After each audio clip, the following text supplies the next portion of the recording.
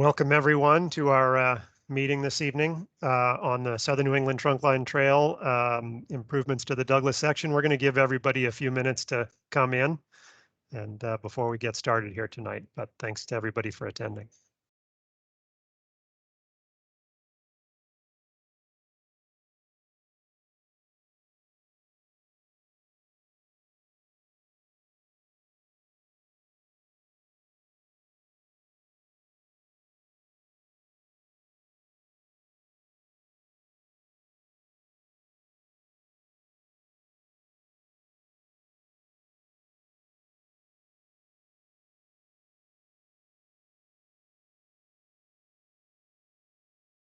Welcome everyone. Thanks for attending tonight. Our meeting on the SNETT Douglas section.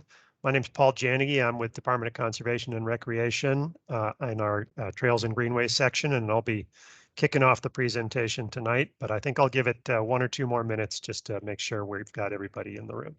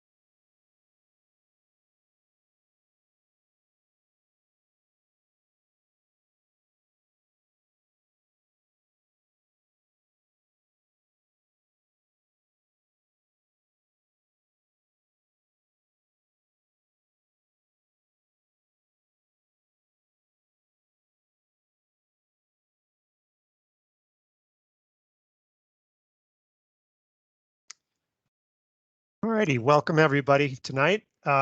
Thanks for attending our meeting this evening to present the design of the Southern New England Trunkline Trail section in Douglas. My name's Paul Janegy. I am with DCR's Trails and Greenways section, and I'll be kicking off the presentation tonight. I'm here with a few other folks from DCR. Dan Cushing is here from our External Affairs group, as well as Kevin Hollenbeck from our District Manager for Operations, and I think 1 or 2 others from our trail section. I'm also here with our consultants tonight, Trish Domigan from VHB and Rick Williams from the IBI group. So we'll be handling the presentation tonight. Trish will be driving for me, so I'll just ask her to advance the slides here. Somebody says they can't hear me.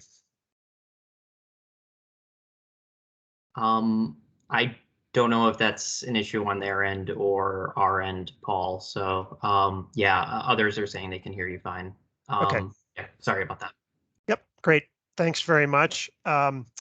So I want to welcome everybody. It looks like we've got a great audience in the virtual room tonight. Always like to thank people for attending on behalf of the administration, the governor and lieutenant governor, and our secretary, Katie Theoharides, and our commissioner, Stephanie Cooper. I always like to remind people of DCR's mission statement when we kick off these presentations. It's to protect, promote, and enhance our commonwealth of natural and cultural recreational resources for the well-being of all. In tonight's presentation, we'll give a presentation on the project, first starting with some of the existing conditions out there, and then the current proposal for the project.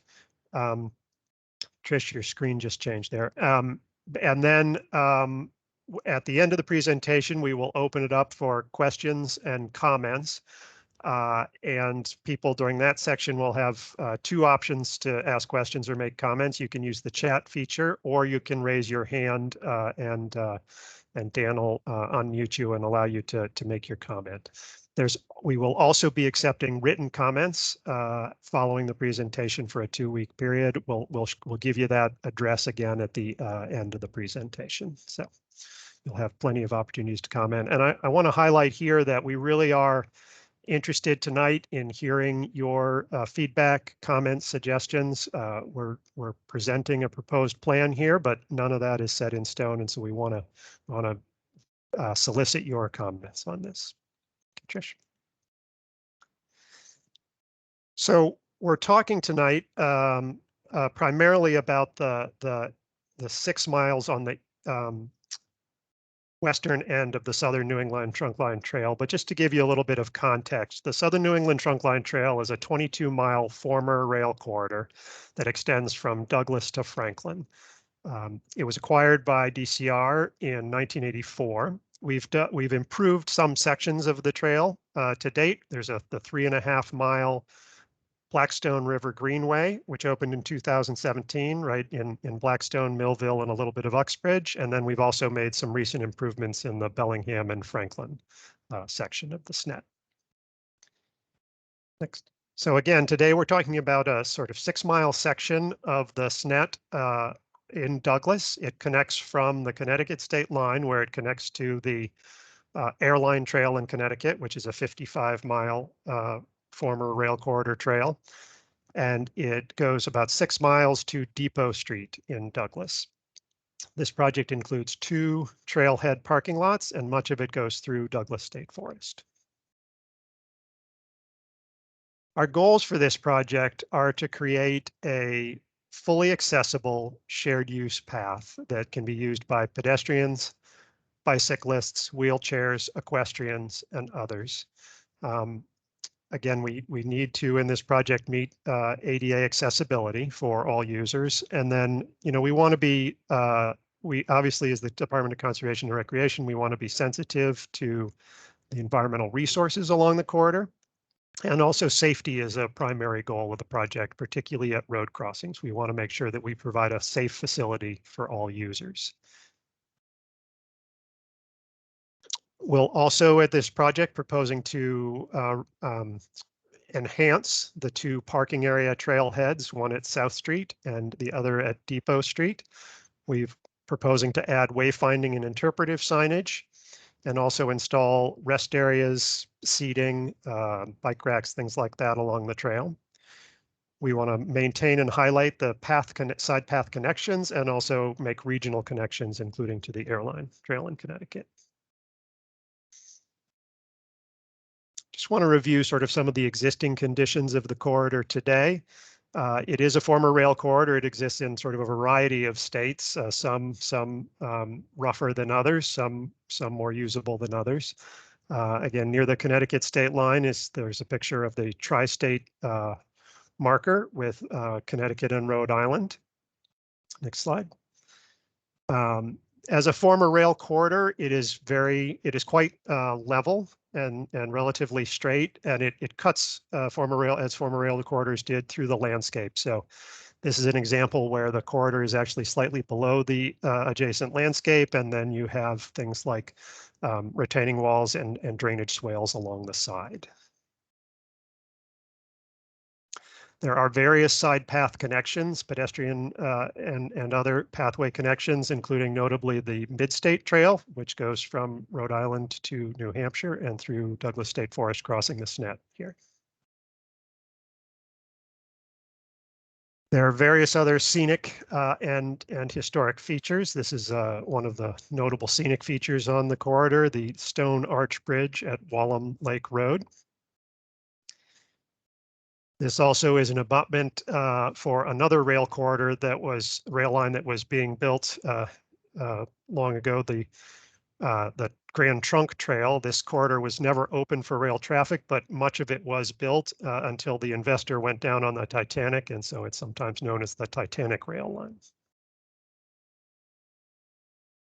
The path today, again, is a gravel surface. It's used by a variety of users, from walkers and dog walkers to mountain bikers to equestrians. This is one of our 2 current trailheads. As you can see, it's a gravel trail parking area right now with sort of undefined parking. And our second trailhead is at Depot Street. Again, currently today a gravel parking area and trailhead.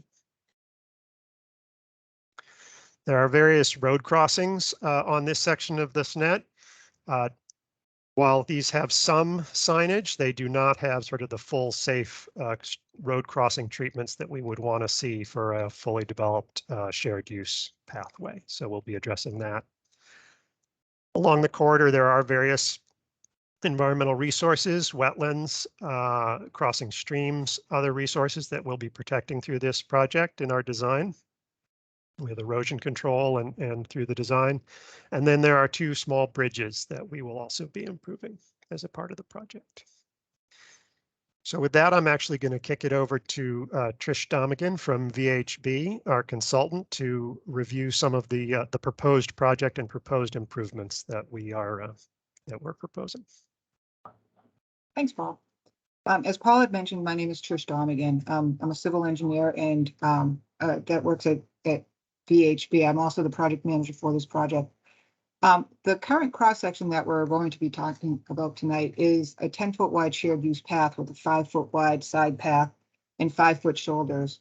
What this cross-section shows here are timber railings and rails that will protect the users of the bike path from any of the drop-offs. As Paul had mentioned, there's a number of wetlands and swales along the bike path that we want to make sure that people don't drive into.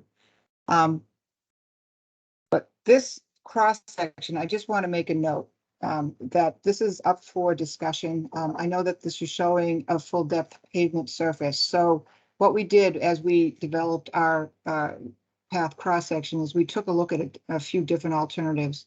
One was the cross sectional width. We wanted to make sure that we accommodated all the users that were using the bike path. So we took a look at what users were on there, and it wasn't just bike people or people walking along, but it was also equestrian use. So we wanted to make sure that we met federal standards for equestrian use for facilities like the SNETT. The surface materials was something else that we took a look at, and we're going to talk a little bit further about that.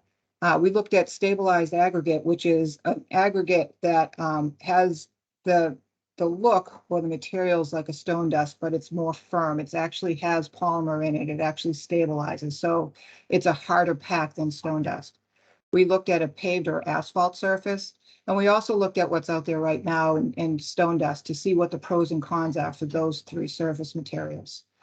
We also looked at the trailhead and parking areas to see what configurations would work at each of the locations, both at South Street and Depot Street. So in taking a look a little bit further on the materials for the surface, we looked at stabilized soil and there's a lot of pros to it. There's a lot of cons too. So we had to weigh what the best approach was for the materials. The pros are, as you can see in the picture, is context sensitivity. It really does blend into the existing features out there. Environmental permitting is a little bit easier also because it's a pervious surface, meaning that any of the runoff that falls on the path itself can percolate into the soil itself. It's not impervious, so it doesn't just shed off to the side and into the wetland surface. What the cons are is it's a little bit labor intensive to install. So the cost for installation as compared to an asphalt or paved surface is a little bit higher. There's more annual maintenance because even though it's a firm surface, it does need maintenance. There are ruts that can occur on stabilized soils that have to get addressed to make sure that it's universally accessible.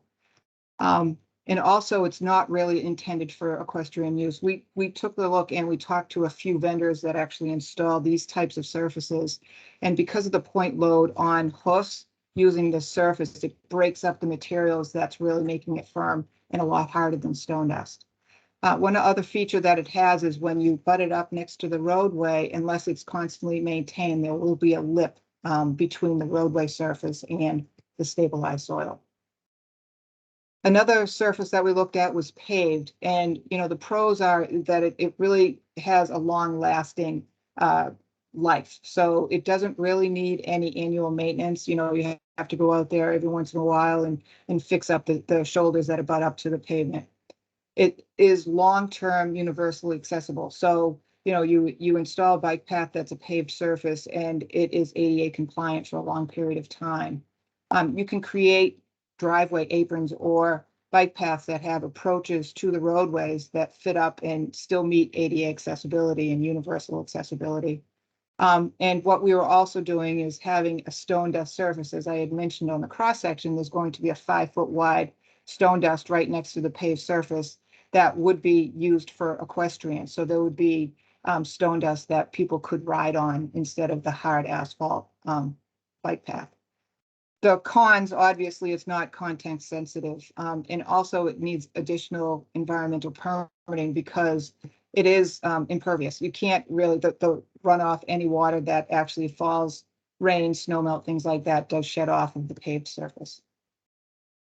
And the third surface material that we looked at was stone dust, what's out there right now. And, you know, it's context sensitive and the construction costs are lower. So the upfront costs are lower than a paved or asphalt surface or stabilized soil. The environmental permitting would be easier than paved, and it has equestrian use, but the cons are that it has constant maintenance requirements to make sure that it's universally accessible. And actually DCR doesn't perceive stone dust surfaces as fully accessible. So it really wasn't an option, but we did want to compare what's out there right now to the two different betterments or improvements for the surfaces. I'm just showing a few pictures here of what they would look like. This is the same image that you saw on the stabilized soil or stabilized aggregate. This is what was just recently constructed on the Blackstone River Greenway. This is just some of the features. Paul mentioned that one of the goals of the project was to have rest areas. And this would be one of the rest areas that are along the corridor itself. So they'd be seating, make sure that people have a place to slow down and relax as you are out on the bikeway. This is the paved, an image of a paved bikeway. This is in Mansfield where it has a stone dust 5-foot tread for equestrian use. This is the equestrian use with the bike path next to it. I just want to note that that DCR does not anticipate this number of people using the path itself, but it really does demonstrate the different range of users out on the bike path.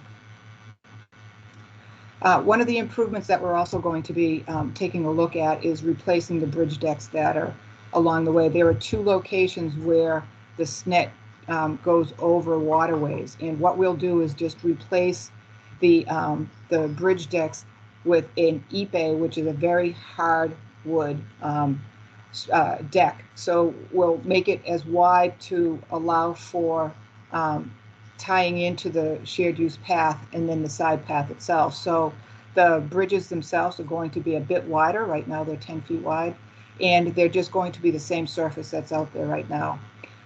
What they will have are railings on either side of them. As I had mentioned with the original cross section, what we're looking at is to provide railings at drop-off areas, and this would be one of the locations where railings will be installed as part of the improvements. The roadway crossing treatments is another goal for this project. Right now, there's no signage to alert any of the motorists on the roadways that the bike path is coming up, or any of a signage on the bike path itself on the SNETT that alert people that they're crossing over a roadway. So we have designed, or we're taking a look at designing signage and pavement markings to alert both the people on the roadways and the people on the bike path that there's an intersection coming up. All of the signage, all of the pavement markings will comply with federal standards on in a manual that we use, which is called the Manual on Uniform Traffic Control Devices. With that, I'm going to hand this over to Rick Williams from IBI, and he's going to talk about some of the features on the project itself. Sounds Rick? good. Thanks, Rick. Trish. I'm not sure. Oh, there we go. We fixed it. I think it was your computer humming. So thank you. I'm going to talk a little bit about park signage, trail amenities, and some of the get into a little bit of the design, at least the initial design concepts of some of the trailhead locations.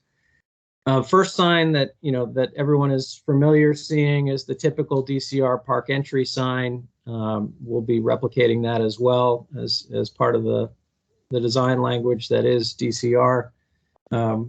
They'll be occurring at 3 locations. Currently, we've shown them the State Line, South Street parking, and the Depot Street parking lot. Next slide. Next layer of signage is wayfinding signage, and we're looking to use typical DCR materials and design language that you see on the 2 right images. You know, being consistent with that vocabulary, and using, you know, trying to recall also a little bit of some of the old design material, the old railroad design material, using essentially kind of a replica railroad tie as a signpost. And there's some opportunity for some additional trail naming and location engraving on the post itself, but trying to tie in what is currently being used in terms of the design, you know, language that is currently in the signs, and using some of the historic elements to try to pull that together. The wayfinding itself, really quickly, is we're looking to tie in kind of distance markers and locations, destinations. The trail is pretty long, so as you're out there in the middle of this, these signposts will be at key intersections and crossings that will help give you kind of distance markers to the next adjacent crossing, or maybe a distant destination like the State Line from Depot Street. Next slide. The next layer of signage is this interpretive signage, and we're utilizing essentially a shorter railroad tie as a signpost, but using that same kind of language. And in this case, we're also trying to implement kind of the rail sections and the hardware that were on the rails as sign brackets, and using that to kind of bring it down to the pedestrian scale, and have a few opportunities along the trail that are, you know, select locations that would maybe merit having some interpretation. Right now, we've got 4 locations: one at the Mid-State Trail Crossing, one at Aldrich Pond, Wallam Lake Road Bridge, and the Titanic Line Crossing are the 4 locations that we currently indicate that there could be some interpretive signage. Next slide, please. Next, we have seating areas, and we're using the same, you know, design language. We're trying to kind of replicate and recall some of the old rail ties. So we're using this kind of rusticated, reclaimed rail timber as a, you know, seat with backs and backless location, depending on the location of where we're trying to provide this respite area. And then there's a larger structure that can be used at the 2 parking lot areas where you may have larger gatherings. You may have opportunity for, you know, a moment where you're collecting a few groups of people where you need a little bit more seating. Next slide, please. Additional trail amenities. We're recalling the old whistle post designs that you see out along some of these rail corridors. We're replicating it in granite and using it as mile markers, as well as some trail identification. Kind of a nice way between the larger wayfinding signs that you have a way to help orient yourself as to where you are in your distance from certain things. We're also including kind of bike racks and bike repair stations at the parking lot locations as well. Next slide, please. The first parking lot area that we want to talk about, which is the South Street parking lot area. Paul had previously showed a couple of images of it. It's essentially a gravel lot. You know, it doesn't have a whole lot there. There's a trail entry signage, as well as a kiosk at the kind of the top part of the screen. But it is a gravel lot with, you know, has some stormwater issues, and there's clearly a lack of control on the vehicle access in and out of it. And there really isn't much of a safe crossing for pedestrians going over the trail system. Next slide, please. Sorry. So what we're doing here is, on the South Street trailhead, is that we're introducing kind of a traditional rail form while providing seating and information, kiosks, as well as bike storage and the repair. And the vehicular organization within the lot will be improved as well, as we'll create safer crossings over South Street for the trail users, and then also onto South Street for vehicles, given the improved sight lines and more controlled vehicular access points. This lot will also provide accessible parking, which currently doesn't exist, as well as better control of stormwater infiltration, where we're trying to contain it and infiltrate on site. So the next slide, we're just a few model images and views that we start to see showing kind of the trailhead gathering spaces, information kiosks, wayfinding signage, seating, bike racks, and then also some typical trailhead planting that will welcome users from the parking lot, as well as provide a little bit of a respite for those that are continuing on the trail. Next slide. Next is Depot Street parking lot. Again, a gravel lot. Really only amenities in this space are a park entry sign, as well as a picnic table or two, I believe. Next. Depot Street parking lot, we're looking to better organize the parking lot and vehicular circulation while, creating a separate area for the horse trailer parking and unloading. The horse trailer parking will be grasscrete, which will allow for, vegetation growth and infiltration. This is the area kind of to the left of the formal parking lot that you're seeing there, room for 6 horse trailers. There's selective tree removal that will be required to integrate the horse parking with the existing tree canopy, but we're trying to maintain fingers of vegetation through the space to kind of help integrate it into the existing woodland. Accessible parking and stormwater management included in this as well for the parking lot, and then again, more opportunity for trail users for seating, a good information kiosk, bike storage, and repair. Next slide. And then the last trailhead location is the State Line Trailhead. This is a location, where it's kind of you're welcome to Massachusetts. It's a moment where you can signify that you've crossed the state line, you've entered DCR property, as well as the Douglas State Forest. It's a location, where there's a side path that essentially leads you up to the tri-state marker of Massachusetts, Connecticut, and Rhode Island, which is a pretty interesting little side trail to get to, a big destination. Seating and park entry signage, as well as information kiosks, are also provided at this location. Primarily a map, because there may be, several miles before or after that you have not had a chance to kind of orient yourself. So that's important at this location.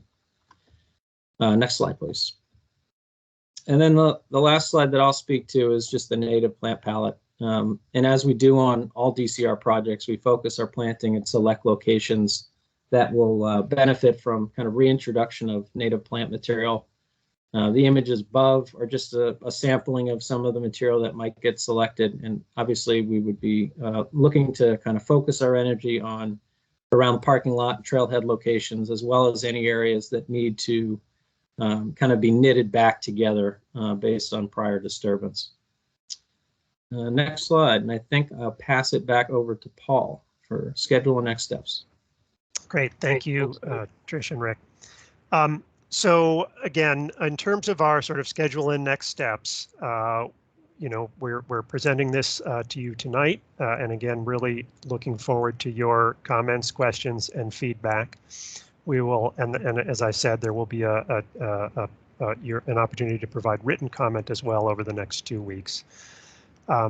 We'll take all that feedback and then work to finalize our design, and then begin moving that through the environmental permitting process, particularly with local Wetland Conservation Commission. At this point, our anticipated construction actually would begin in 2024, but that could be moved up if funding becomes available sooner. And with that, I think I will turn it over to Dan Cushing from our External Affairs to sort of moderate the Q&A and questions, and I think he'll probably invite any elected officials to comment first. Thanks. Thanks, Paul. So this is going to be our questions and feedback section. So As mentioned in the meeting logistics slide, you can provide comment either by raising your hand using the Teams function or typing questions into the chat, which I've seen that we've gotten a number of questions inside the chat now. But before we do that, Tricia, do you think you could go to the next slide just so that I can give everyone some information about what would happen after this meeting? So just want to be courteous to everyone's time. If they, watch the presentation and we're thinking of, maybe they don't want to provide comment now, maybe they want to check the resources out later. So the recording from tonight is going to be uploaded to that hyperlink that's listed there, mass.gov/DCR/past-public-meetings. And then additionally, we're going to have a public comment period for 2 weeks at the link there as well, public-comment. 2 weeks from today being the 21st. And if there are any additional questions or concerns outside of this project scope, mass.parks@mass.gov. With that, I'm going to go to the first hand raised. So I see that Fred has their hand raised. So Fred, I'm going to give you permissions to unmute your mic.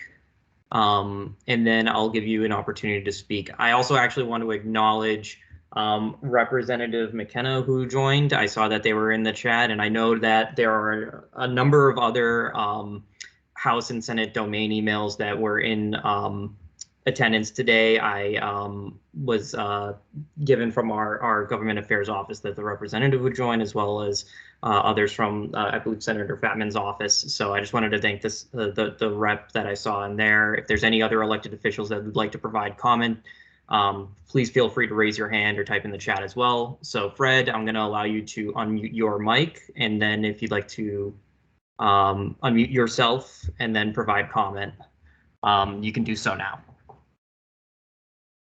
So Fred, you still need to unmute your own mic. I can't do that. I can only give you permissions to do that. There should be a button at the top near the red button that would allow you to do that if you see it there. Okay, I'm going to actually move over to Nancy then. I'll retain your permissions so you can do it in a bit. But Nancy, you should now have the ability. It's not available. Yes, thank you. Can you hear me? Yeah, we can hear you now. Yep, so if you want to provide comment, I'll see if I can work with Fred in the chat. 2 questions. My property immediately abuts the trail line. So I'm wondering, for seating areas, is that only in the parking lots? And then secondarily, has there been any type of crime statistics that you can compare an unpaved trail line to a paved one? And I ask this question because we've had wanderers from the trail line onto our properties, and we live on a very dark street without any street lights at all. So that's Cobblestone Lane in Douglas. Thanks. I'll start on this one. Thank you very much for the question. The first question, and if you want to type in your address in the chat, that would be great, so we have that record, or you can follow up with an email on that. That would be great. We're actually proposing some other seating areas along the trail, although I don't think they would be immediately adjacent to other private parcels. They would primarily be within Douglas State Forest and other areas like that. So there won't just be seating at trailheads. There will be other sort of rest area seating areas, but I don't believe any of them are immediately adjacent to houses and whatnot. I don't know that I have any specific statistics about sort of gravel trails versus paved trails. What I can tell you from our experience is that when we do, sort of fully develop these trails, add the signage, add the, upgrade the parking, do those kinds of things, what it tends to do is bring more positive use to those trails. And so actually we see that often problems go down when we develop these trails, particularly, things like litter dumping, but even, I think people wandering in and out of private properties. Okay, thank you for that. How often will DCR be if it is paved? How often will someone from DCR be traveling it Because my thought is, and I could be wrong because I'm not a criminal expert, I don't have a criminal mind, but it sounds like, it seems to me like if you were a criminal, you could get in and out faster on a paved area, as opposed to something that's not paved, like a natural path. So would DCR be driving up and down it? You know, what's the security reassurance for someone that lives immediately abutting it? Yeah, again, I think our experience is that once, you know, these are developed, they really do have positive use. We would have maintenance staff out here on a regular basis. It wouldn't sort of be all the time, and it wouldn't be patrolling, although, you know, we do on special occasion also, not special occasion, but, you know, when needed, we do also have ranger staff who can be out on trails like this. Thanks, Paul, and thanks, Nancy. If you have more questions, Nancy, we're happy to follow up, but just in the interest of time, I want to make sure that we get to all the other hands raised and other questions that are appearing in the chat. We have a lot of people here tonight, so I'm going to go to, is it Marie Ralph? I'm going to give you permissions to unmute your mic, and then you should be able to unmute your mic now. Hi, can you hear me? Yep. So I just had a quick question. I know you mentioned that the paved path, usually that they don't have as much maintenance concerns. I guess I'm just wondering, since it is pretty wet around there, having that unpaved path to utilize next to that paved path, is there any concern about kind of washout of the unpaved portion? I do sled dog sports, and we have a couple people that use that path down there, and it's been pretty great, and we're just kind of concerned about continued use of that.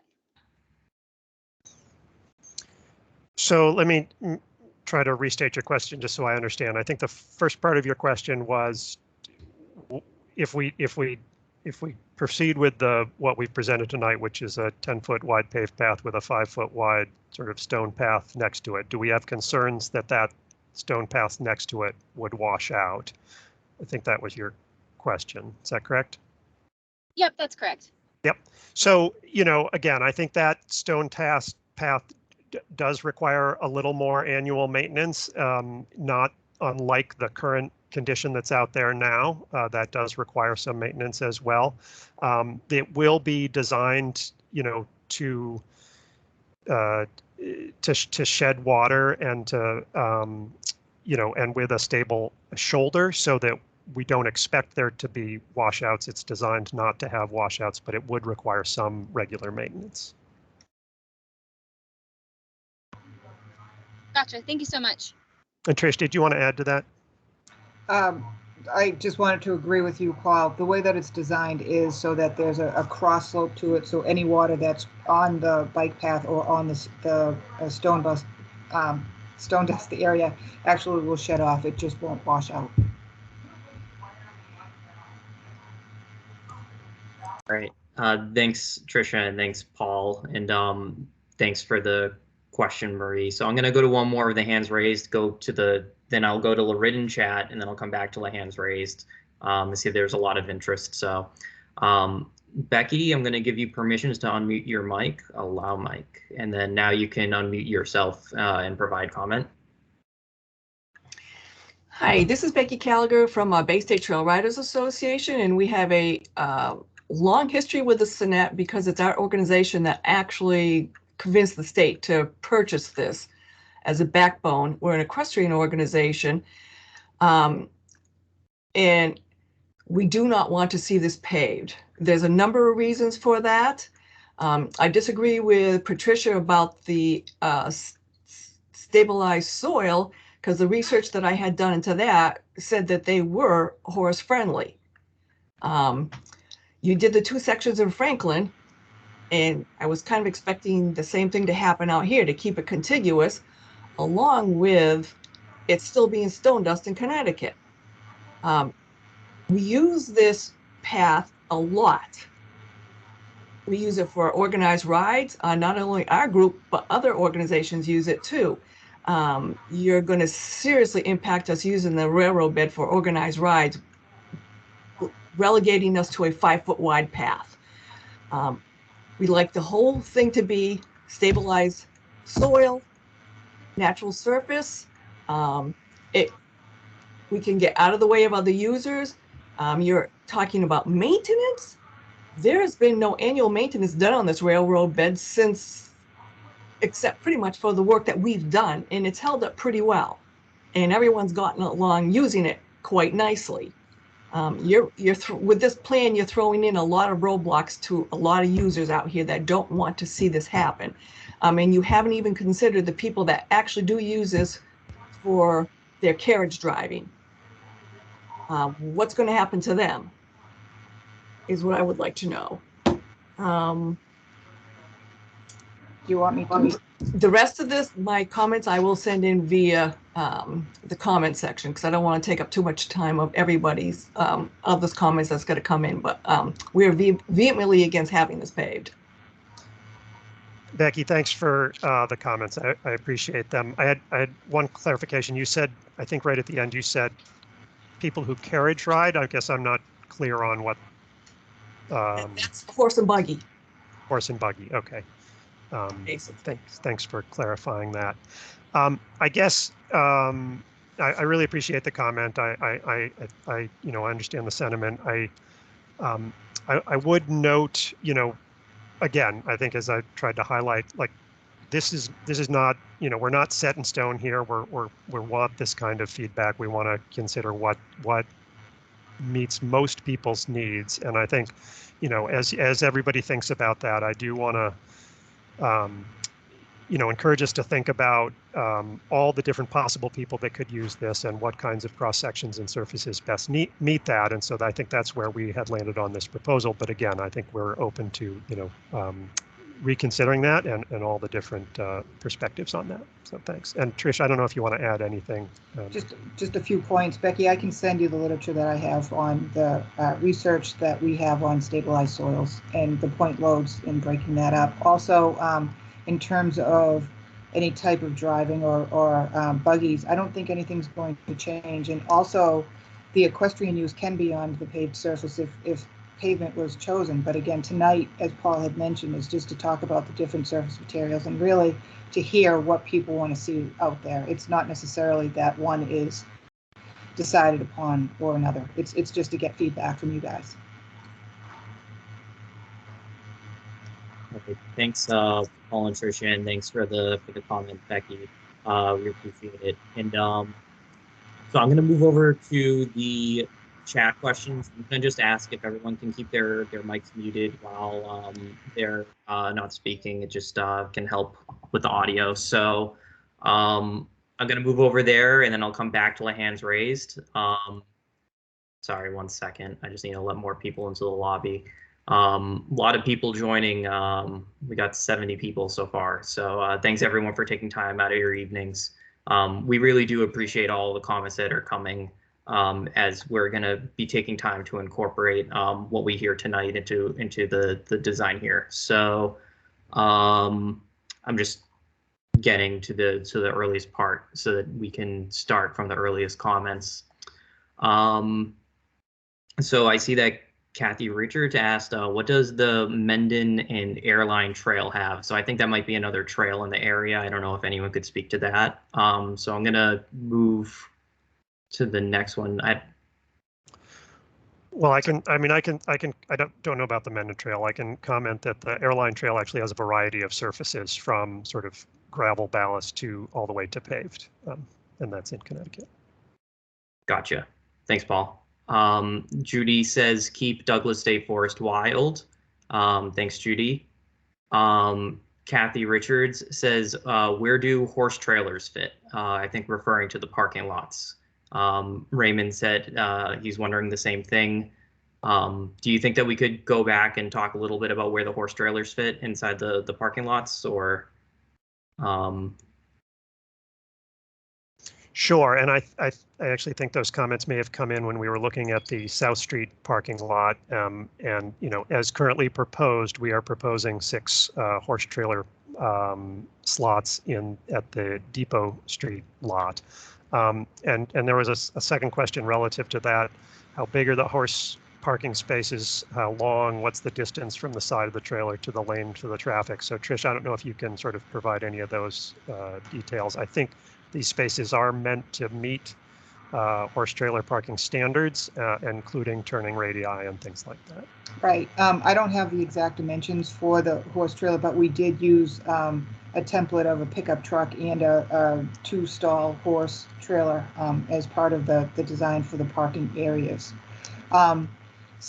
If you take a look at this image right here on the slide where it shows that these areas here, so a pickup truck would fit in, plus any horse trailer, plus the ramp down on a trailer behind the trailer itself. So there would be enough space for that.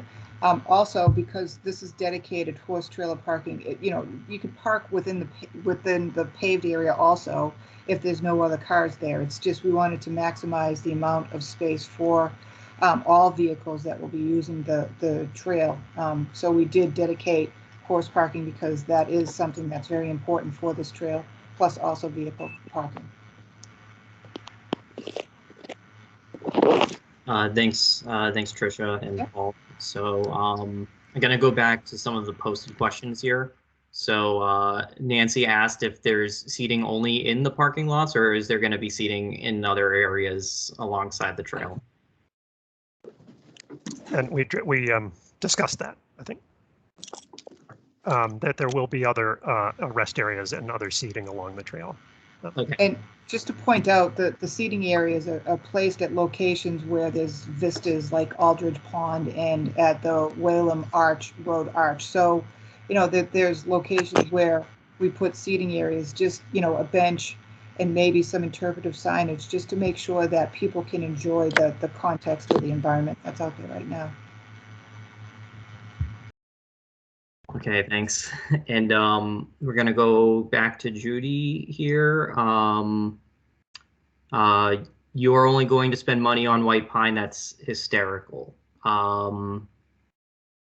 So I believe that's only I believe that's about our plantings here. So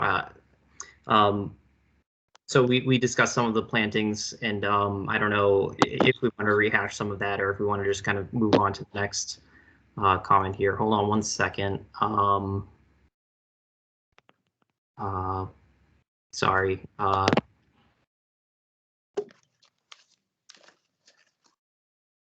Sorry, I was getting some audio, so I just wanted to make sure that everyone's mics were muted. So let me go back to some of the comments that were provided, and then I can move back to hands raised. Actually, let me just go to hands raised right now, just because I kind of, when I switch the chats, it moves me out of that. So I believe Shirley has their hand raised here. So Shirley, I'm going to give you permissions to unmute your mic, and then now you can unmute yourself and provide comment if you'd like, Shirley. Sure.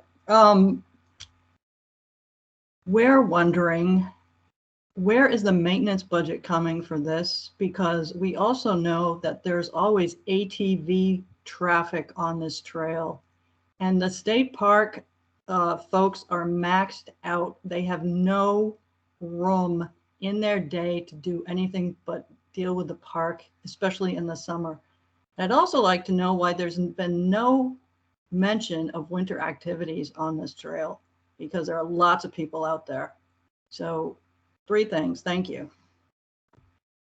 Yeah, thank you for those questions. On the motorized activity, I guess I do want to highlight again that when we develop these trails, that activity really does disappear.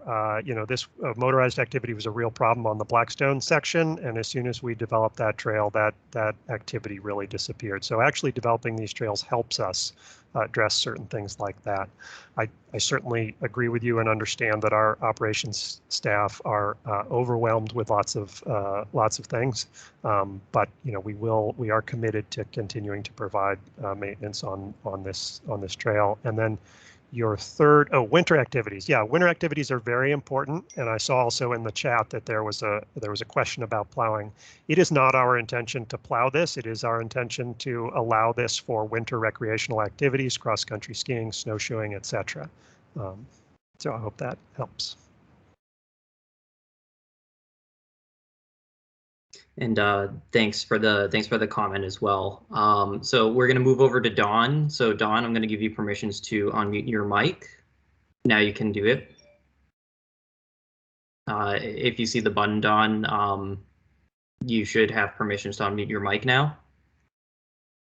I can't unmute your mic myself. So I guess as Dawn tries to figure that out, we can move over to Kathy. There are a lot of hands raised, so I just want to make sure that we keep the meeting moving. So Kathy, I just gave you permissions to unmute your mic. Yep. Can you hear me? Yep. Yeah, so I guess I would second everything that Becky said. And I feel like paving this would make it more for road bikes than for any of the other users that currently use it. It takes all the fun out of it for mountain bikes. It takes, and 5 feet is not a lot for equestrians. Half the fun of riding with your friends is being side by side, and that's not possible with a paved strip. Plus, and if we do ride on the paving, it's very slippery for the horses. So I would second everything that Becky said. I feel like this project just is catering to road bikes. And I guess my other question would be, who actually wants this? Like who? I mean, I don't know anyone in town that wants it, but. Can I just mention what the goals of the project are again? I understand the paving versus the unpaving, and you know, if you're riding, you're not galloping down the trail either, and you know, if you're walking or you know going for a hack on your horse, I think the paved surface won't be as slippery as you may think it is. Just a note, and I own a few horses. But the whole point of this project is to make it universally accessible. So what that means is that we have to comply with federal standards so that people in wheelchairs and people that with disabilities can use this trail like everyone else. So I know it's a beautiful trail right now, but we one of the primary goals is to make it easier for people to navigate that may not have the opportunity to navigate on a normal basis. So just keep that in mind also. And again, this is just an open discussion tonight to hear feedback on what has been designed and what has to get changed and modified to meet the user's interests.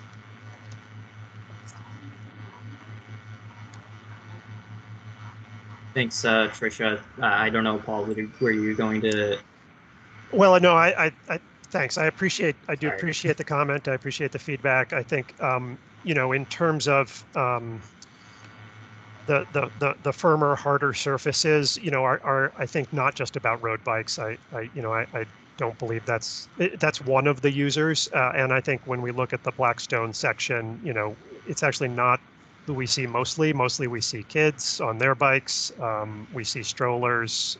You know, we also see wheelchairs and recumbent bikes. So there's a variety of users that I think are served by different surfaces. So, but appreciate that.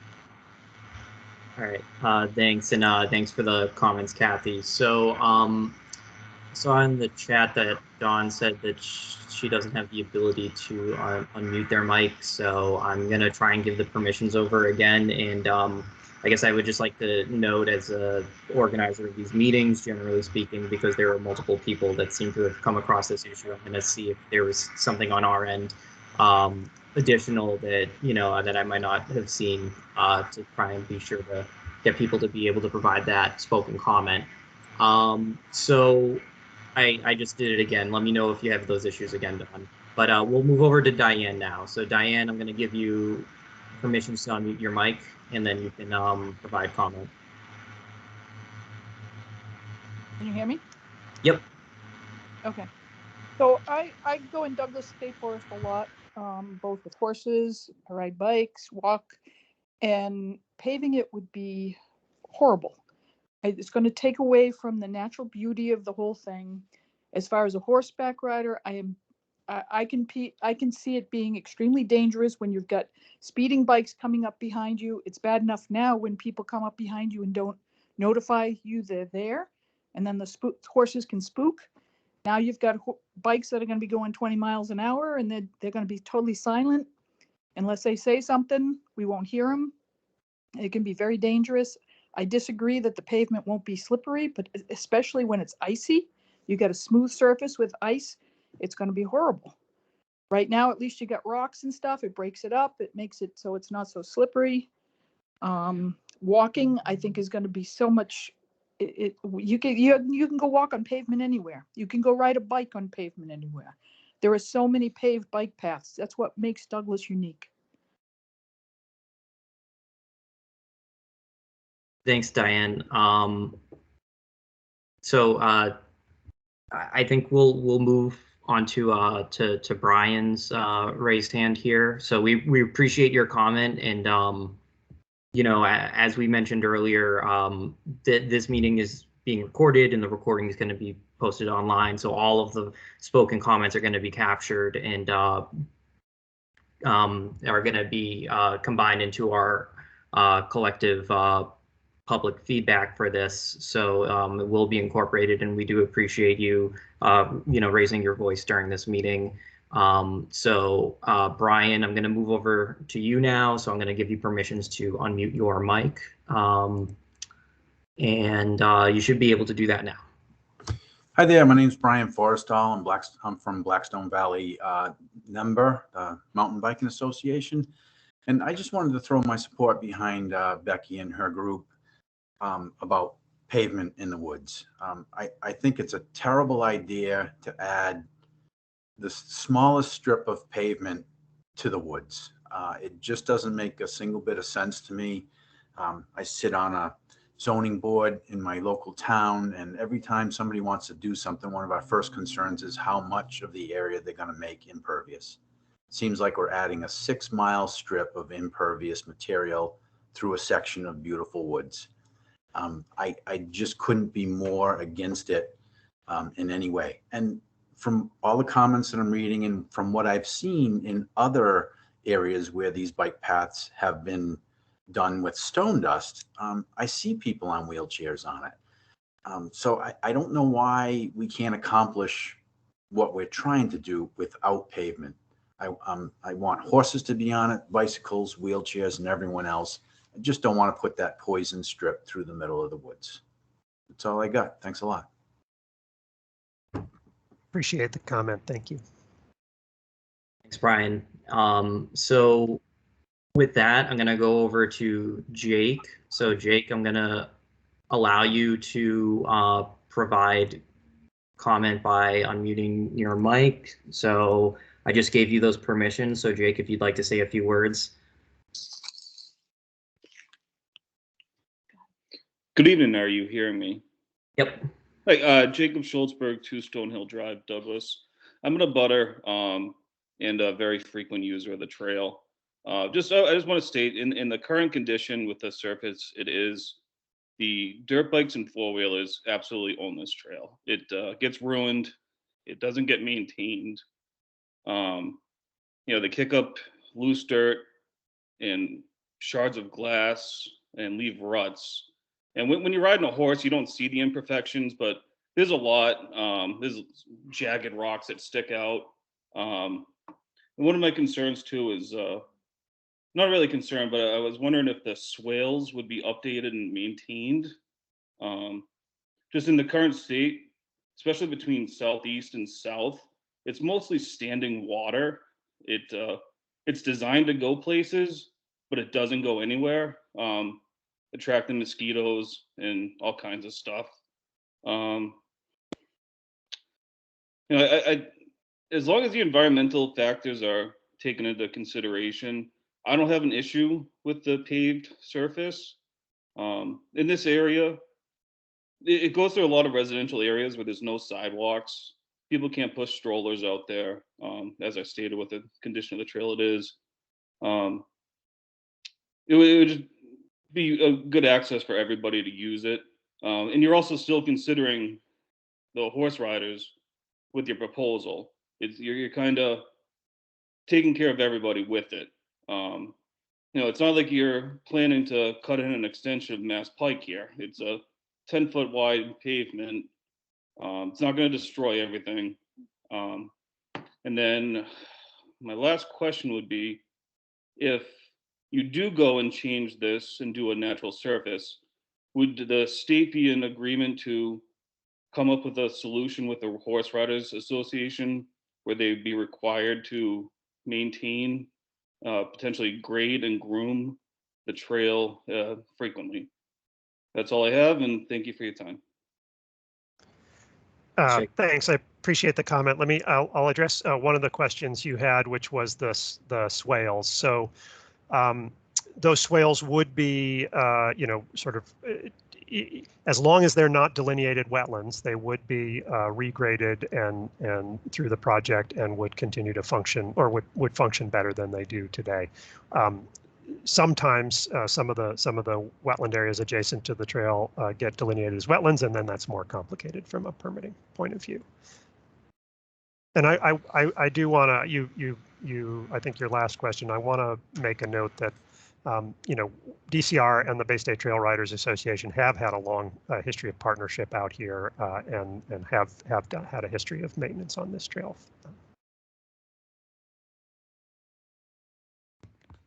Thanks for the comment, and thanks, Paul. I'm going to move over to the written chat, and before we do that, it's 7 o'clock, and I just wanted to remind everyone that we're going to be going till 7:30 tonight. Tricia, do you think we could actually go back to the additional information slide one forward? So just to kind of remind everyone where they can provide written comment after this meeting for the next 2 weeks. As well as where the recording and the slide deck are going to be located. And then, of course, any additional comments outside of this project, mass.parks@mass.gov. So I'm going to go back to the written comments. So it looks like, so I missed this a little earlier, but Bill Fredericks from Senator Fatman's office is here. So thank you for participating and listening from the legislator's office. So Richard said, this looks like a lovely urban project, but it totally destroys the wilderness character of the state forest. What can be done to make this project fit into the character of the forest instead of bringing the city to the site? I don't know if I appreciate the comment. Thanks for the comment. So we're gonna move to, so let's see, Fred from earlier. Sorry that I couldn't get you to be able to unmute your mic, but we appreciate you typing your comment here. Was there a study done asking what the taxpayers actually want for recreational opportunities? Not a single person I have asked wants this or wants to pay for it. So I guess I think somebody else asked this question, who wants this, and I guess I will say, this is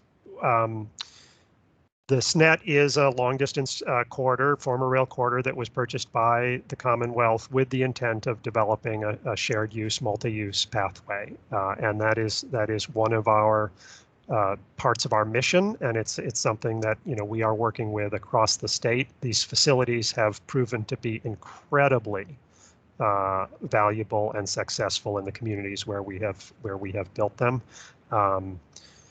So I appreciate that there's a lot of folks here on the call tonight who are questioning our proposal here, particularly the proposal to have a 10-foot wide paved path. And there are alternatives that we are definitely going to take back and look at here to try to provide the most benefit to the most number of people. But I do want to highlight that this is part of our mission. It's part of our statewide priority to develop these shared use paths, and where we have developed them, from the Cape Cod Rail Trail to the National River Rail Trail to the Ashewiltacook to the Mass Central, they've been incredibly valuable and used by many people, and are really valuable community assets as well. So just want to highlight that. Thanks, Paul. So the next question from Kathy is essentially the same question from Fred, asking about who asked it for to be developed. So you addressed that. We'll go over to Lynn's question here. Two other concerns about pavement are: one, paving will probably increase the speed some of the bicyclists travel at, and two, when it rains and then the temperature drops below freezing, a paved surface will be more of a slip hazard than a natural surface would be. So Lynn, thanks for your comment there. We're, again, we're going to be taking all of these comments into consideration throughout the public comment period. We appreciate people giving live comment now as well. So we got Richard, who's stated that he's a local resident. What do you plan to do to control motorized vehicle access? At least the current trails limit the speed of these vehicles when they do get on the trail, but we can expect them to travel over 50 miles per hour when they have a paved surface to use, endangering the other trail users. So let me just address that again. Our design of this trail, includes things like stones and whatnot at the road crossings to limit vehicle access. But again, our experience, over and over again, is that when these trails are developed, the illegal motorized activity disappears because there are so many positive users out here. So, once these trails are developed, this is not a problem we have. This is a problem we have when trails are undeveloped, or former rail corridors are undeveloped. Thanks, Paul. So Mark said, we have many folks that ride horses on these trails, and you are creating a dangerous environment for the animals and people. How have you addressed these concerns? Sorry, Paul, you go. Well, I guess, I appreciate the comment. I appreciate the sentiment. Our goal here is to try and balance the different users, and, that's our goal here. So, we certainly want to create a safe environment for everyone. In some cases, that means separating users, and that's what we're striving for. So, thanks. Thanks, Paul, and thanks, Mark, for the question. Can I just add in one other thing? Is, when we design shared use path, multi-use paths, trails, we meet state and federal standards. And what they've done through AASHTO, the American Association of Highway Transportation Associations, and it's really important that we meet standards. And the design that has been developed and is progressing towards development will meet state and federal standards. Thanks, Tricia. So I'm going to go for a few more written comments. So all of these written comments in the chat are being captured and will be recorded. But the raised hands, unless we get to them, they won't be captured. So I'm going to take a couple more of the chat questions, and then we'll attempt to go through the rest of the hands raised so that we can keep on time for the rest of the meeting. There are a lot of chatters, and we appreciate everyone providing their comments. So Lisa said, I also would like to know who's asking for this. The staff at the park is maxed out already. There has been no discussion about winter use or the control of ATV use. We have a lot of better things to do with an 8 million price tag. So thanks, Lisa. I hope that we were able to capture your question there in some of the answers that we just provided as well. So I see that Lynn has their hand raised here. So Lynn, I'm gonna give you permissions to unmute your mic, which you should be able to do now. So Lynn, if you're there, it says that you should be able to unmute your mic if you'd like to provide spoken comment. Hello. Hi. How are you? You're unmuted. Hi, my name's Lynn Pereski, and my question is really addressed at Patricia. She said that this was designed to suit most people's needs, yet 5 user groups that I can think of are forced to use that 5-foot strip because they desire a natural surface. And in one of the slides, it shows this happening. Yet Patricia said at that point, we don't expect all those people. Well, it clearly will happen. And that 5-foot strip would have 5 user groups going in 2 different directions, while 1 user group, the bicycles, gets 10 feet, which does not seem quite equitable at all. I agree with a number of people who have given their comments. Becky Gallagher, Kathy Richards,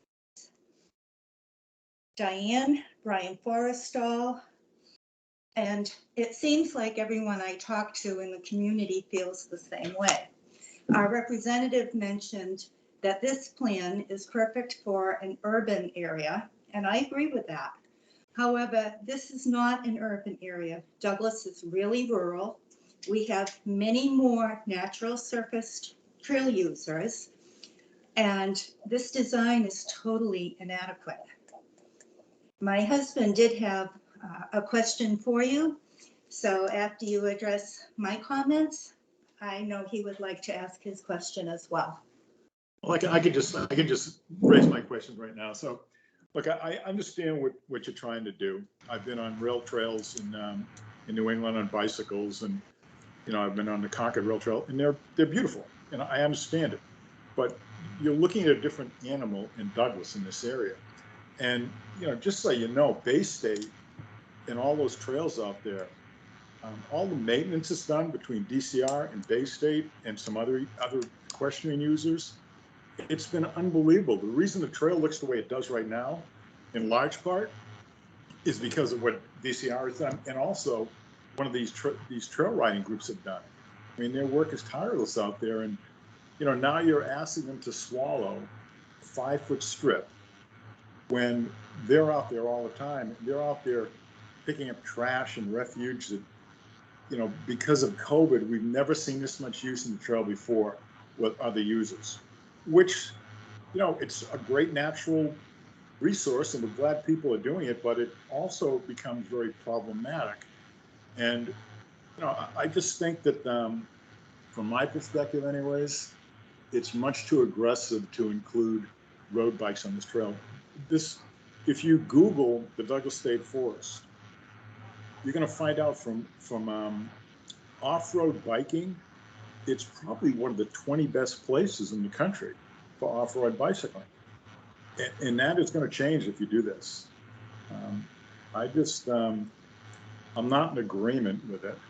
I understand where you're going with it. I understand trying to have access to everybody on it, but this is not Sudbury or Wayland we're looking at.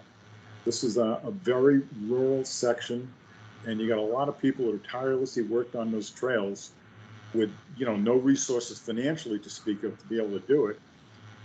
And after all these years of doing it and getting the trails to look the way they do, now you're asking them to do this. And the other question I did have for motorized vehicles is I've always been confused with whether or not snowmobiles have access to these trails. The signage says that no motorized vehicles have access, but when I've called a few times and asked people, that doesn't include snowmobiles. So I'm just wondering what would happen under that situation, and if I'm right or wrong on snowmobile uses, because I've had situations where I'm a sled rider, and I've had my sled out there a number of times. And by the way, because of sleds in the winter, that gives access to a lot of people being able to use the trails that they wouldn't be able to. And I've always get comments when people walking that there's no motorized vehicles, and I point to the fact that that does not include sleds. So the signage seems to be a little confusing when you take a look at whether or not you can use these. So those are our comments. Thanks for them, and there were a lot of them. So Paul, if you want to start addressing each of them, thank you. Yeah, I'm not sure I'm going to remember all of the comments, but I do appreciate them. I think relative to snowmobile use, I actually need to check that with our operations folks. I'm not sure whether it's a currently allowed use on the trail or not, so I will check that. And I agree that the signage needs to be clear around that front. And I guess I would comment that if we do pave it, then snowmobiles would not be allowed on that on the paved surface of the trail. So, and your other comments, I think those are important. I think we hear them, particularly about the maintenance that's been done out there and the users that are out there. So thanks. Thanks, Paul. So due to the interest of time, we're going to move over to Philip's hand raised here. So Philip, I'm going to give you the opportunity to unmute your mic, which you should be able to do now. Hi, can you hear me now? Yep, we can hear you. Well, thank you very much for the opportunity to weigh in. I really appreciate the comments made by Becky and by Lynn and by Lee in regards to the trails. I mean, I also am a road biker, and I do appreciate paved trails when they connect things like tourist centers. Like I ride the Shining Sea Trail often on the Cape. I love going down to Woods Hole. I love doing all those sort of things, but that's a different animal. You're going to a place where you're going to be able to, rack your bikes up and go into a place to have a sandwich or an ice cream cone or whatever. That's not the case in Douglas. Douglas is rural, as many people have said. Diane said, and other people have said. I mean, this is something that we really need to maintain. People can use the trail, and people love to use the trail. And I see people of all sorts of stripes of activity out there. People with strollers, people with mountain bikes, everything else are out there on those trails as they are. They're not maintained more than a minimal amount of maintenance. So when I hear people say that, oh yeah, they'll be maintained with a strip of pavement down the middle, and when it all washes away from the side, I have to laugh about that, because frankly, the work that has been done over the years in maintaining the trails has been Bay State. It has been New England mountain bikers. I mean, again, one of my colleagues from the New England mountain bikers weighed in about that. I'm a horseback rider, but I'm also somebody who uses trails in other ways too. I really want to acknowledge NEMBA and what they do out there. This is something that the people who are out here want to enjoy, the environment. We're connecting rural to rural. I mean, maybe that doesn't resonate in Boston, but it certainly does here. Thanks, Philip. Sorry, Paul, so you unmuted your mic if you want to. No, just again wanted to thanks for the comment. I also appreciate the the stewardship of groups like Bay State Trail Riders and NEMBA. Certainly want to recognize that. I do want to highlight that our staff and engineering folks do also do a lot of maintenance on the trail. So I don't want to undermine the efforts that they do out there as well. Thanks.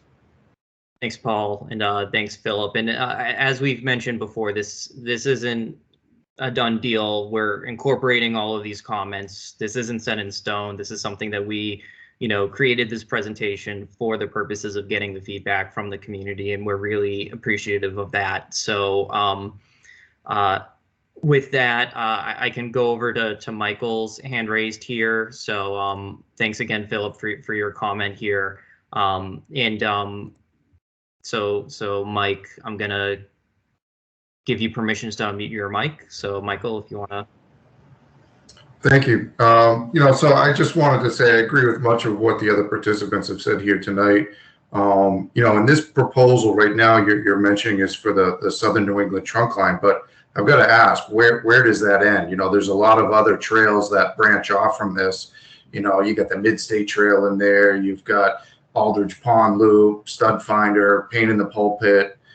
The listing of trails inside the state forest goes on and on. So, the question is, if this is all about ADA compliance, where does it end? When do you say, okay, ADA compliance has been met on enough of these? As other people have said, I've seen people out there in wheelchairs and other means of transportation that, seem pretty ADA compliant to me.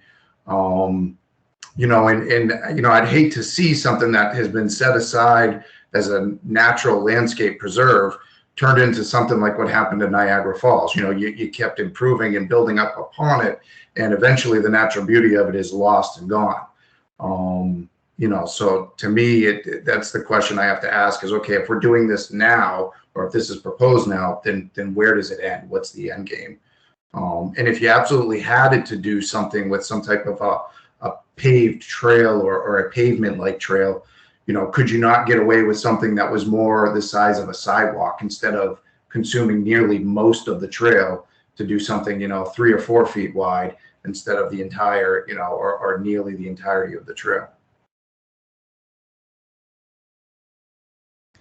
Yeah, I guess just to address your first comment there, again, rail trails, former rail corridors, and are really excellent places to try to develop, shared use path facilities because of the, how those rail corridors were built. So I think, to try to answer your question,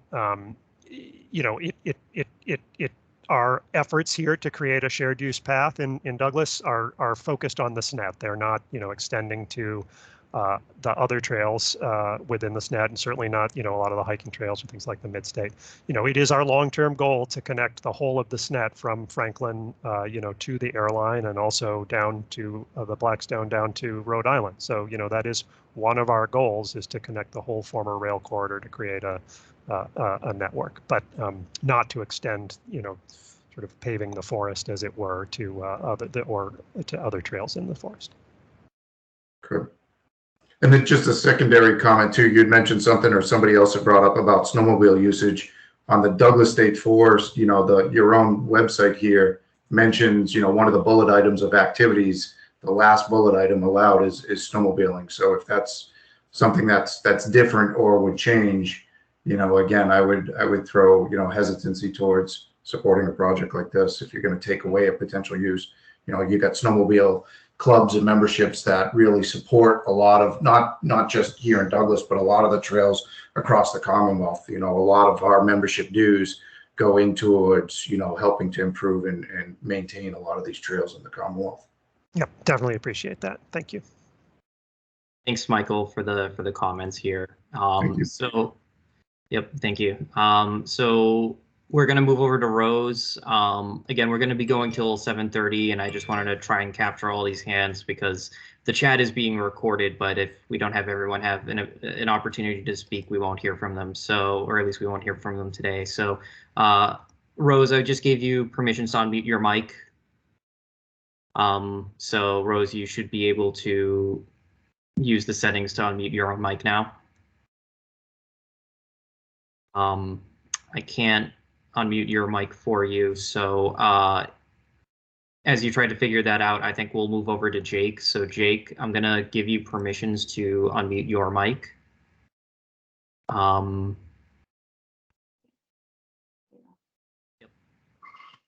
you did it. Good.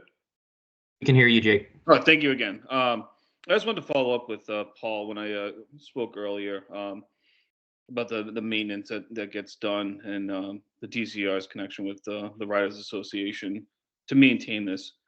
I've been here for 6 years on this property. I have not seen a single person go out there to maintain this. We were lucky to see someone from DCR to go out at the end of the summer to cut back on the overgrowth. And it's usually too late. Between Southeast and U Street, towards U Street, you're lucky to have like a 2-foot wide path to walk through. It doesn't get maintained. And then Michael had just mentioned a whole bunch of other trails that are in the state forest. I know I'm the odd man out with my comments because there's been a lot of people against this. I'm for it. I don't really care. But there's a ton of trails. There's miles of trails within the Douglas State Forest that are completely gravel and easily accessible for the Horse Riders Association. So you're not taking away the only trail in Douglas in the Blackstone Valley. You're not even taking it away. You're still maintaining that surface that they prefer. So I just wanted to follow up on that. Thank you again.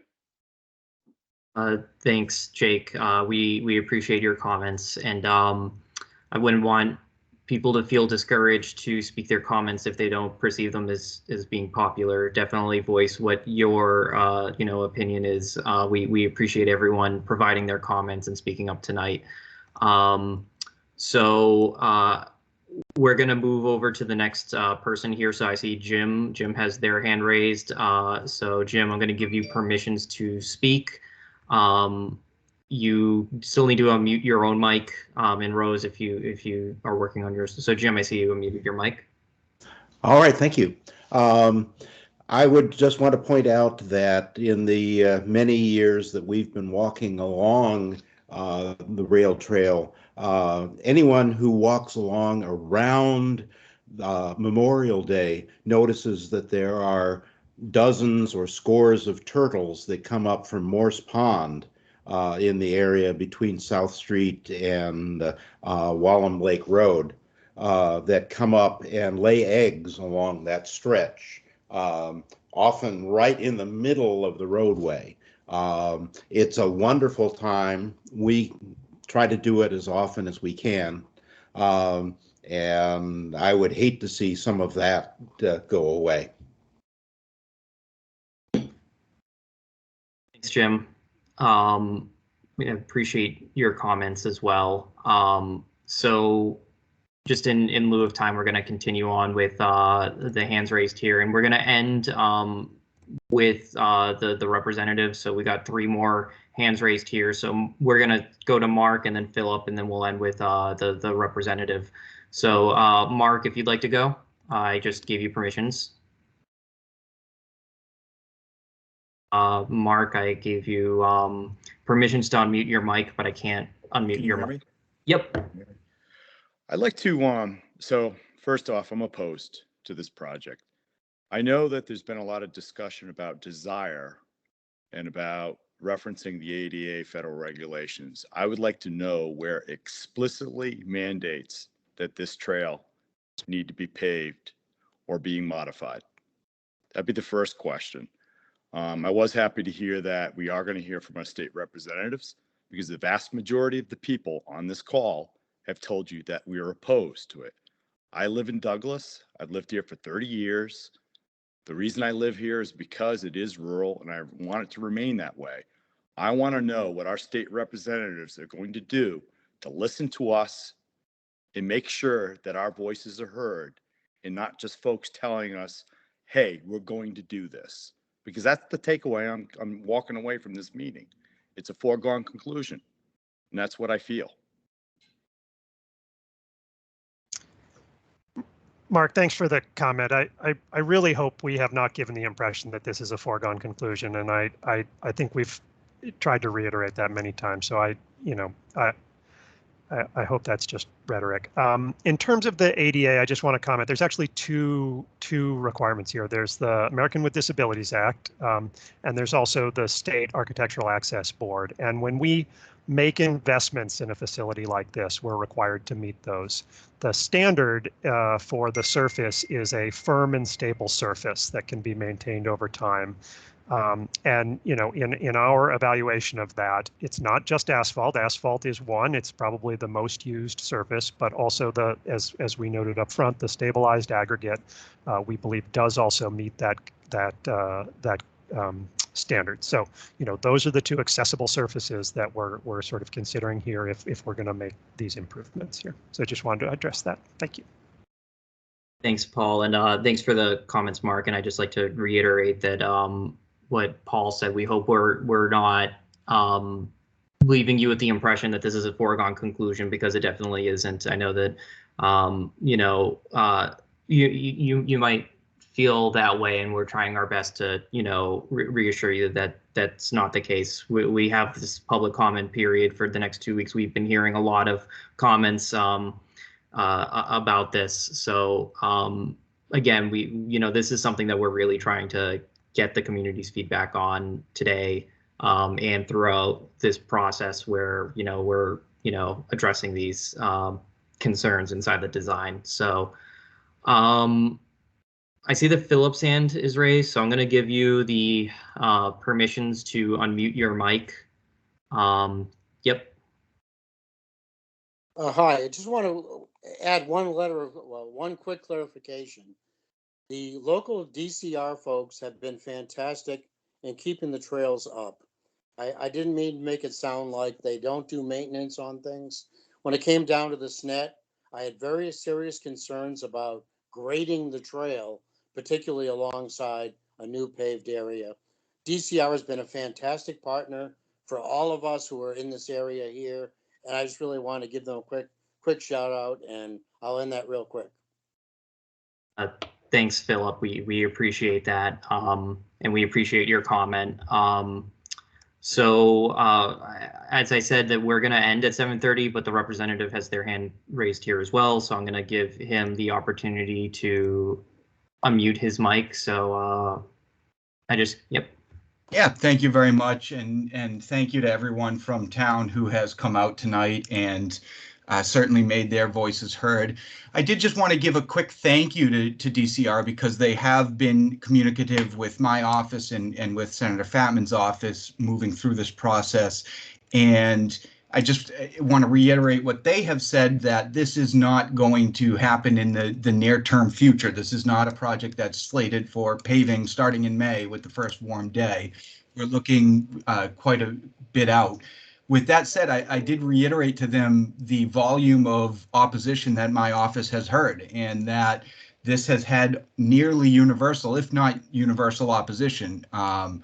I have not received any comments to my office that I can recall in support of the plan, and I have many, many, many emails in opposition, never mind what has been mentioned on Facebook and other social. So I certainly did relay that information to DCR, and it has my support to move forward with a plan that would be reverse in the ratios, perhaps a 10-foot crushed and a 5-foot paved. But hearing all of the opposition continue tonight, which is just really in line with what I've heard, I don't think that at this point I could personally support the plan as it is outlined here. It's a plan that has too much opposition and too many questions behind it. We did have a brief meeting earlier today with some town folks as well, and some other questions and concerns were brought up. And again, I appreciate the communicativeness and the willingness to hear the questions and concerns, and certainly appreciate that you've reiterated that this is not a final design plan, and certainly hope that the comments tonight, which again have been fairly universal, are taken to heart, and we might see some reconsideration of the surface. Thank you. Thanks, Representative, and we appreciate all of the all of the correspondence and all of the feedback that you've been giving us, as well as everyone tonight in the community. But with that, we had a hard stop at 7:30 tonight, and I know that there are a lot of people who are still eager to provide their comments, but we're going to need to conclude tonight's meeting. We have opportunity for all of you to continue providing written comment for the next 2 weeks. As we've been mentioning throughout this meeting, this is not a done deal. This is something that we want to listen, we want to change, based off of what we're receiving here tonight. So we really appreciate everyone's participation. It's going to give our project team a lot of valuable feedback to consider inside of the design. So this recording and slide deck will be posted online at mass.gov/DCR/past-public-meetings, and the comments can be posted at mass.gov/DCR/public-comment. That's another platform in which you can express your opinions for the next 2 weeks till the 21st. And if there are any other questions or concerns outside of the scope of this project, mass.parks@mass.gov. With that, I just want to thank the project team, and I want to thank everyone who came out tonight for expressing their opinions on this, and using their voices to influence the changes that they're going to see inside of their community. So we really appreciate it, and you'll hear back from us soon as well, just to kind of touch base, because we really want to be partners in all of this with the community and with everyone here. So thanks everyone, and I think we're gonna end the meeting now, so we appreciate it. Thank you. Thanks. Thank you, everyone.